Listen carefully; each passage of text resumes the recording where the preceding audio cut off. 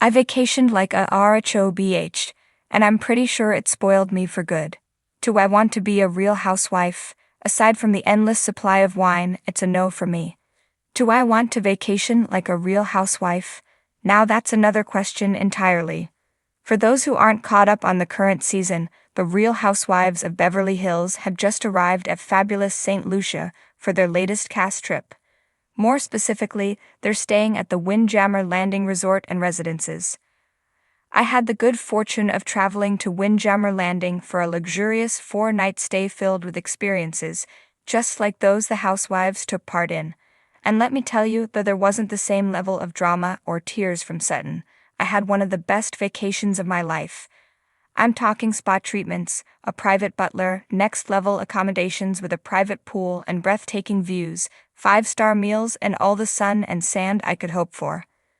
The one-of-a-kind resort occupies 65 acres of hillside land overlooking crystal-clear waters.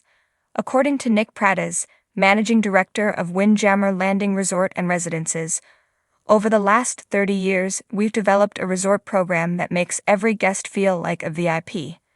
But what about those housewives? He continued, having these Real Housewives legends stay in our Ocean Point residences truly highlights the luxury experience we've created through our recent renovations.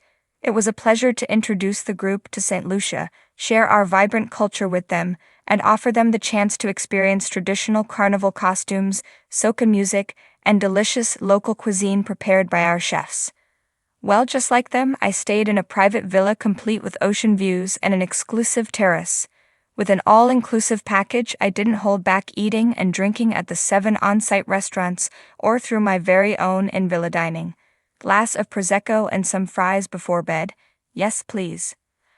I also spent time at Serene Spa, where a number of services are offered. I took advantage of a full-body massage that left me relaxed and ready for dinner and drinks out among the stars. And while anyone who stays at Windjammer is likely to enjoy a level of housewives treatment, those who truly want to spoil themselves can opt for the decadent RHOBH getaway package, with villas starting at $7,646 per night. Hey, if it's good enough for Dorrit. Honestly, it has to be the Windjammer Landing options. Am I feeling a pool day? I loved grabbing an iced Americano from the stunning open-air lobby and sipping it by the pool, where the water is warm enough for me to actually go in. Am I feeling a beachside lounger with waiter service? I spent more than one afternoon drinking margaritas while steps from the ocean. Am I feeling a catamaran or even a banana boat ride? I did both, and the catamaran is a must. Seriously. While enjoying all that Windjammer has to offer, be sure to take in a sunset sail, complete with cocktails, fun music, and views of the sunset unlike any I've seen before. And for those who aren't that adventurous, fear not. It's a slow, relaxing sail that even the sea-averse will enjoy. St. Lucia is a truly special place. On the scenic drive from the airport, ask your driver to stop along the way for photos or to bring you to a local bakery for some freshly made brick oven bread. And once on property at Windjammer Landing, switch off your laptop and leave your cell in your villa. While the oceanfront homes are beautiful, I recommend opting for a villa up on the hill. Who doesn't want to end each day with a view like that? And if, like me, you enjoy a drama-free week, St. Lucia might just be for you. And if, like Sutton, you enjoy a drama-filled week, I'm sure you can squeeze in an argument or two between sunsets. I packed my designer luggage, slipped on my oversized sunglasses, and boarded a first-class flight to paradise, all in the name of research. If I was going to vacation like a real housewife of Beverly Hills, I needed to go all in. I wasn't just looking for a getaway, I was looking for an experience dripping in diamonds, drenched in Dom Perignon, and of course, sprinkled with just a hint of drama. What I didn't expect was how much I would love every ridiculous, over-the-top moment of it, and now, I'm pretty sure I'm ruined for normal vacations forever. The arrival, private jets are a must. Okay. So maybe I didn't actually take a private jet. Budget constraints, unfortunately, but I did the next best thing. I booked a first-class ticket and pretended I was being whisked away by my personal pilot. I ordered champagne before takeoff, reclined my seat to a nearly flat bed, and wrapped myself in the kind of plush blanket that made me forget all about Coach. When I landed, my pre-arranged luxury SUV was waiting at the curb, complete with a driver in a crisp black suit, holding a sign with my name.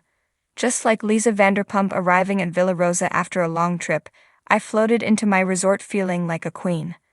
The hotel, 5 stars or bust. A true RTBH vacation doesn't involve chain hotels or budget-friendly accommodations. No. This required the creme de la creme of resorts, so I booked myself into a 5-star beachfront villa with an infinity pool overlooking the ocean. Within minutes of arriving, a butler, yes, a real butler, offered me a welcome cocktail and escorted me to my suite, which was larger than my apartment back home. Marble bathrooms, high thread count sheets, and a bathtub so deep I could practically swim in it. Check, and check. Naturally, I spent the first hour lounging on my terrace in a fluffy robe, sipping champagne and snapping glamorous photos of my view. Because if you don't post it on Instagram, did it even happen? The fashion. Labels.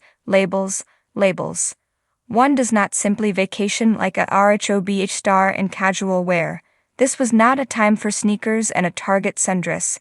This was a time for designer kaftans, oversized hats, and heels so high they made walking on cobblestones a hazardous sport.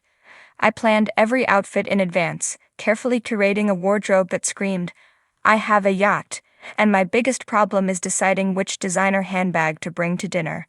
Daytime looks were all about breezy but elegant pieces. Think Kyle Richards in her effortless kaftans, while nighttime required sequins, silky fabrics, and heels that made me pray for good balance. The dining, caviar, truffle, and Dom Perignon, please. RHOBH stars don't just grab a bite. Every meal is an event, a chance to indulge in the finest cuisine available. So naturally, I treated every dining experience like I was Erika Jane on tour. I ordered caviar because, well, I could. I requested truffle on anything that made sense, and even on things that didn't. If the restaurant had a sommelier, you better believe I was ordering the best wine on the list, preferably a glass of Dom Perignon, because what is a housewife's vacation without an overpriced bottle of bubbles?